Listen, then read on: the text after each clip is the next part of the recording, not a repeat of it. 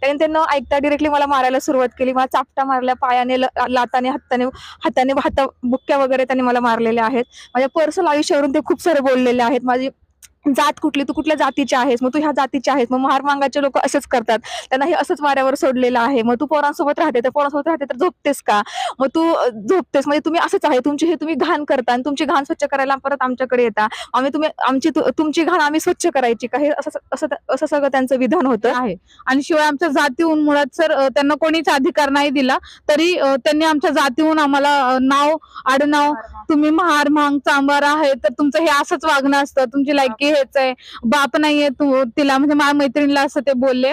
आणि शिवाय आम्हाला एक शब्द त्यांनी वापरला, म्हणजे आता तुम्ही म्हणजे चॅट्स त्यांनी पाहिले तर त्याच्यामध्ये म्हणे तुमचा बॉयफ्रेंड काय, मग तुम्ही हे अशी रंडीबाजी करता का वगैरे, असं सगळं त्यांनी त्याच्यामध्ये स्टेटमेंट केलेलं आहे. जात असेल तर नेमके पोलीस आमचे रक्षक आहेत का